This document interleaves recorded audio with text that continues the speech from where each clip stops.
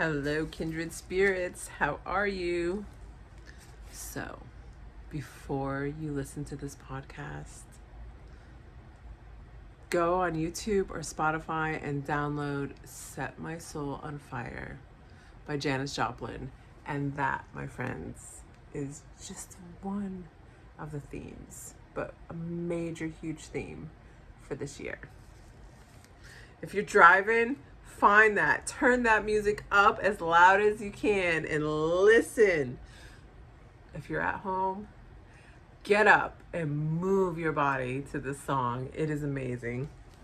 So, on that note, let's get talking about the full moon in Scorpio on May 1st at 1:23 p.m. Hi, I'm Adrienne with Sushina Gypsy. I hope you're having a wonderful day. And let's get into the notes of this. I'm so excited. I know. When I get on here, I really do get excited about this astrology. It is so amazing to me. We have this ability to work with this energy that's upcoming. And even though the work to get there is like raw and hard and emotional, when you do the work on the other side of it, it's just that much rewarding. And so knowing that there's so many of you out there that are going to be going through this new awakening stage, and if you find this video, then you have, like, there's no coincidence, right? There's no coincidence in life. Hopefully you stay and it resonates, but there's so there's such a need out there for connection with our soul tribes, and I find it hard. In my own experience, I've had a pretty challenging time in finding that soul tribe. But then if you take a look at the retrospect, it was really about, okay, so as you've been going along, what parts of your true self have you been not embodying and suppressing? So this full moon answers some of those it doesn't answer. It demands some action from some of those places moving forward. The sun and the moon are both respectively at 11 degrees. The sun at 11 degrees of Taurus and the moon at 11 degrees of Scorpio. This full moon is in a fixed T-square with Pluto, conjunct Atropos, who's an asteroid that represents final endings, cutting the cord, like calling your energy back, and Juno, who is all about binding contracts. Now, this apex is how you work through this fixed T-square. So you have the energy of Pluto over here wanting to purge, right? Like in Aquarius, Aquarius is future-oriented, collective, innovative. It rules astrology. It's like AI is huge, right? Look at how much AI has exploded since Pluto has gone into Aquarius. So Aquarius rules all those themes, and Pluto here is going to purge. It's going to purge whatever needs to be purged out of the collective and individually in order for us to stand firm in where we need to stand firm. So standing firm in your power, like that's in the power of purging. That's in the power of release, in the power of releasing contracts, cutting those cords, and that friction of even more release, because Pluto actually rules the planet Scorpio, right? So that's feeding back that energy back to the moon, where the body is now ready to purge as well. This is ancestral karma, ancestral memories, like root chakra energy coming through our body that is demanding to be purged. It's also very much about merging, Scorpio energy, merging power, money, control, uh, all the undercurrents of what people don't want to discuss: sex, the occult, real magic, finances. Like, that is all of Scorpio's realm. It's fixed. It tends to be obsessive. And like, that sign has a very obsessive quality to it. And so it's feeding back to that moon. So the moon is basically saying, okay, we're feeling it. We're feeling into this energy of purging, which you may have had symptoms over the last few days. It's just to digress and bring this up for the HSPs and empaths that are extremely sensitive. I know we are taking a lot right now, and so we're not only cleaning our own shit, we're essentially responsible. We're soaking everything in, obviously, from whatever you soak in. Us levels of empaths, we go from whether we feel it from the stars and the cosmos down to the environment that we're in, like whatever you can tap into, right? That ability to absorb as an empath.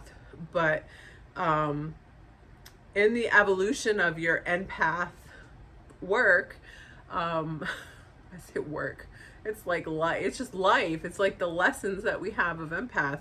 You learn to go through and distill, okay, is this, discern, is this my energy versus the rest of the energy? Is this somebody else's energy? Like, you learn to discern when the energy is not yours versus when it is yours. Especially if you're in the healing field and you do like hands-on and like energetic work with others. So the one thing I have experienced myself over the last week is I actually feel great. I can feel the energy going on. I have gone through a long healing process, and I've just kind of decided, like, I am just not, yes, I'm soaking up the energy. I can absorb the energy, but as an empath, you have the ability to transmute that and move it through, like, like, this is polarities, right? If you have this energy to move it through your body, transmute it, like release it, or take that and become like an alchemical master. Who knows what you can do with the energy that's in there? The options are limitless, especially with the more we open our consciousness, and thoughts are things, right? This is all about changing our perception and reframing and creating our thoughts, forming our thoughts to create the masterpiece that we wish to set forward as we're going through. So on that empath note, that's like huge, right? So I've noticed, okay, I go for my lovely sanctuary walk every morning. Like, that's my thing. I have to get to the river. Right? And I've felt great. Now, there's been times where I've felt a little off this week, but like, even through the feeling great, like, there has been purging going on. I'm like, oh my goodness, I just do not feel good. Now, obviously, if there's a medical issue, I would like to give enough credit to the audience out there that if you're here, you're probably hyper aware of your body. Like, let yourself know if it's something that you need to go to a physician for, preferably a natural physician, but somebody that you trust and have a relationship with. Let's just, that type of healer. If you have any doubt of it being something else, but that's important. And just make sure that you're getting enough electrolytes and hydration throughout that, because remember, you can hydrate all day long with water. If you have a scalar, any energy, you could like Reiki the water, you can scalar energy the water. I have an iTerra, so I infuse my water every time I drink it, and I leave some aragonite and some shungite in there to help with the water molecules and whatnot. So, and just because like I love the properties of those stones, and drinking that water, it makes you put the intention behind what you're ingesting in your body, and it makes it that much more powerful. So there's that aspect of it. And that kind of leads into more of like where this is with Taurus, right? With the sun in Taurus. Taurus really is about the embodiment. So we have the sun conjunct Taurus. We have the sun conjunct Lilith, conjunct Urania and Taurus. And that's, well, we talked about that being square to Pluto. It's like, are you really serious? Are you really, really serious about how you feel about your value? Are you really going to put forward the necessary actions behind this, embody this energy of you being you and being okay with being you? No, like without the criticism, like just wholehearted acceptance and love, right? And then that energy with Lilith, right? So this is the asteroid Lilith that is conjunct the sun. There's a difference between the asteroid Lilith and the black moon Lilith, and that is an apogee. That's a mathematical point. That is when this mathematical point is furthest away from the moon, and so it represents our what we once loved, right? Like something that we would have done, something that was suppressed and pushed down in us at some point in our existence, that is now ready to come up for raw, untamable expression. Okay, so that's Black Moon Lilith, the apogee. She is actually conjunct the Great Attractor in Sagittarius. Now, the Great Attractor is a magnetic energy. It's like it's a space that just like pulls you in. This energy, like you feel pulled to it, but you can't explain why. It's like seductive and pulling you and pulling you and pulling you forward. So this energy in Sagittarius is big, right? Like, no, this is radically all of this dogma, these doctrines, not dogma, these doctrines, right? When I think of Sagittarius, I really much think about like institutionalized religion. So like where is that suppression, where all of that suppression, and the Great Attractor is a collective point as well. So you think about how many of us throughout our existences have had our primal desires and needs suppressed, pushed out of us, and now it's like, okay, yep, we're ready to go, like let's get this on. Where Lilith, the asteroid, is more about embodying that energy. This is where she's going to consciously act through the energy of Lilith, the Black Moon Lilith. So that is an interesting influence going on here in this chart. It's important, I think, also to bring up in Taurus, we have Kali and Destin at the beginning of the degrees. Like Kali is your ego death, divine ego death, right? Like you're done. She goes out on the warfield and right? Like Plu, like cutting off heads, like ego destruction. We're done with this.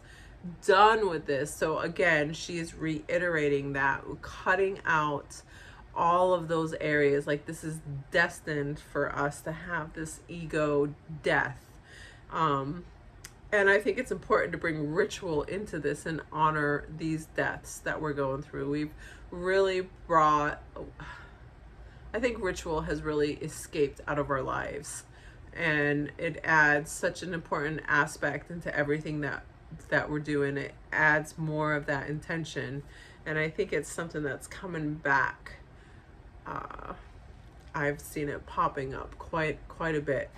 Like our bodies are begging for it. Our bodies know, we like ingrain it when we have rituals, right? So the thousands of years that we honored the solstice and the equinoxes and the holidays that we did, those have been ingrained in our bodies just as much as the stuff that probably wasn't good for us, that we know wasn't good for us.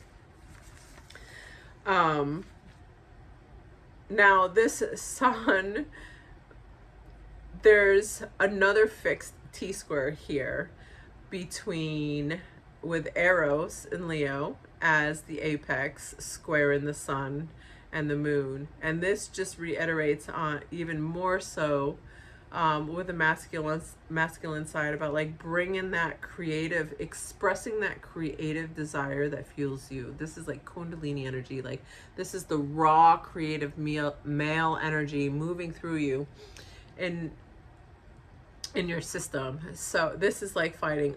Are you really going to value yourself and move forward in this arena of I pursue what I desire? I release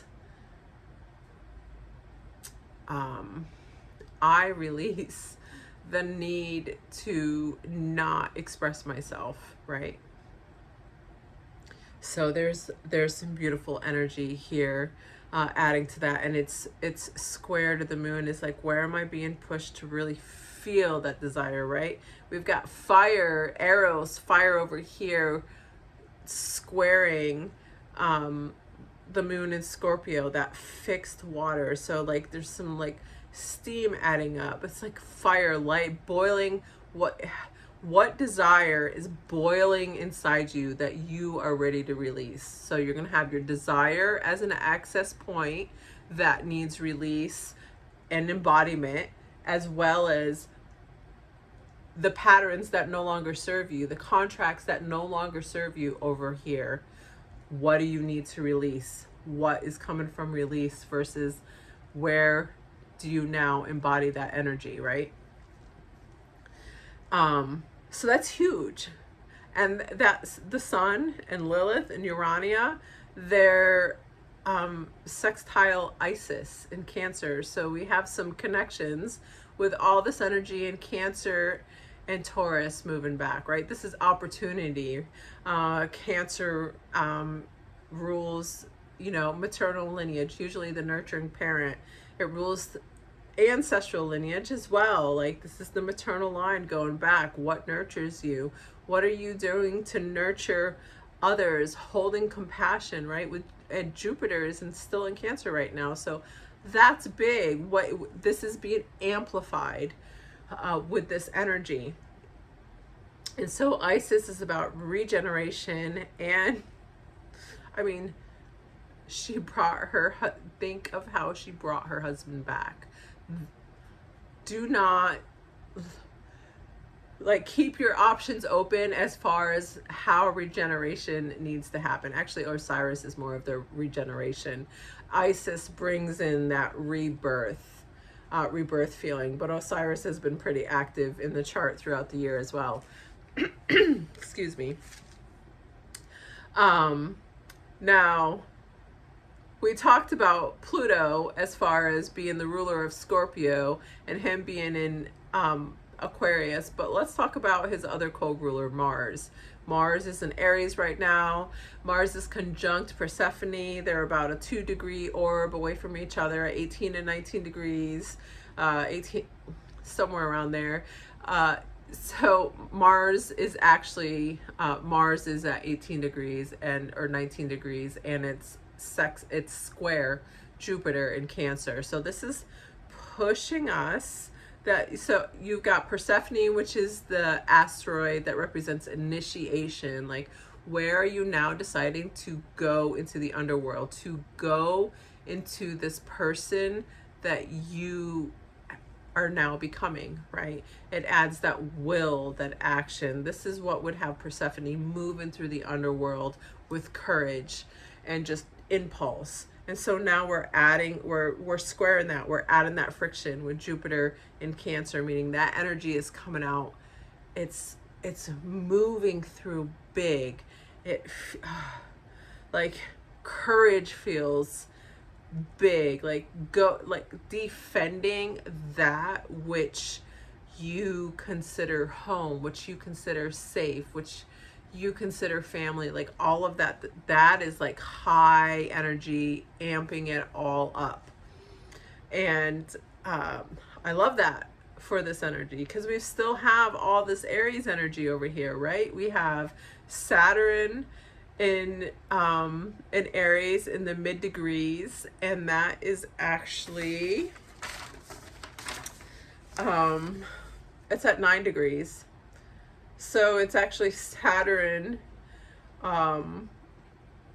Saturn is square Isis, so pushing that manifestation into the rebirth of new lineage, of rewriting the story. That's been the theme throughout the last 2 years. Shed the old story, rewrite the new story. Shed the old story, rewrite the new story.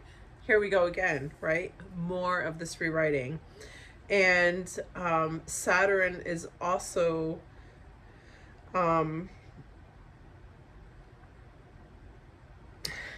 it's also square Pholus retrograde, so in Capricorn. So with that energy, Capricorn, Pholus is coming in and adding those little digs here and there, little moments of, I wouldn't even say they're digs. My relationship with Saturn has just evolved into this love relationship. It's so beautiful too, because Saturn is like literally sitting right on top of my natal Venus right now. So it adds this, there's this whole new perception of Saturn that I have that's just made me fall so in love with him. So even though I just sometimes, you know, like the impatience. So like Capricorn is in here going, nope, we're just gonna wait just a little bit more. We're just gonna add just little bits and pieces, little rewards, little restriction, little rewards, little restriction. So he's gonna move through that with, you know, as he's like going back and forth between his ruling sign of Capricorn. I love that energy. This is all like extremely beautiful energy coming through that you have some serious potential to work with. We talked Ceres is here actually in Taurus as well. She is sextile Jupiter in Cancer, reiterating the need to nurture and embody that, you know, that lineage that you come from. Like, yeah, there's the old shit that we needed to purge, but there is so much good stuff that we came from. Like, we did not get here to be humans, to be this strong, like to be here on this earth now, especially if you're watching this video, you're living, like, that is some major DNA strength, and we take that for granted. And I think it's just important to honor that in the fact with Ceres, sextile Cancer, like amplifying that compassion, that self-nurturing, the ability to hold that container to nurture yourself that's sustainable in order to move forward. So Jupiter adds that energy there, as well as bringing in help from our ancestors to give us ideas or tap into those fractals in our DNA if you resonate with that that way more. So I find it absolutely it's all right on time. It's perfect. And we can't even forget to talk about the conjunction between Mercury and Chiron, which is huge, and Eris is sitting right there next to it. So like truth bombs coming in. This is a whole new reset, a new synodic cycle with Chiron for the next year until he meets up with him. And this is about reprogramming those perceptions, those wounds, and using those wounds for you to move forward in your life. Like, our wounds are there for us to help others move forward. It's the wounded healer. It's just the gist of life, right? We learn through life. We want to help others, and like with our kids, like, I just don't want you to make the same mistakes I did, right? So essentially, when we're being a service to somebody else, we're providing them something that we knew there was, like, a service needed, the needed service for. So now that we've had all that rambling on for the full moon in Scorpio,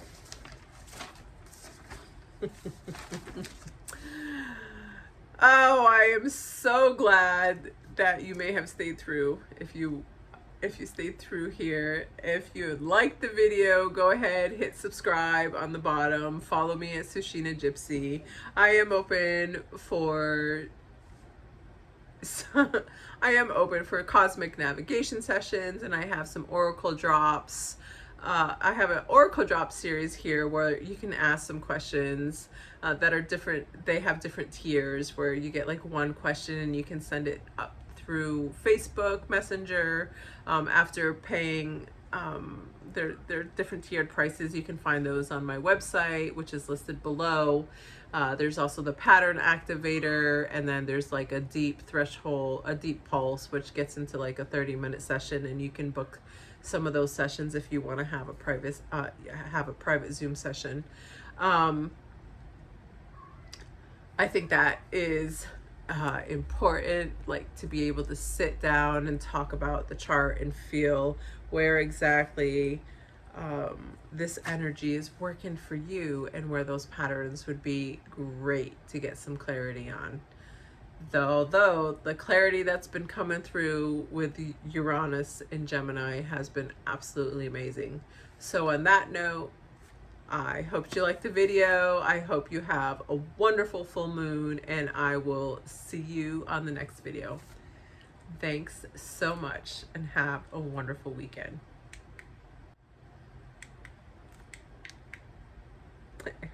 My clicker is not working.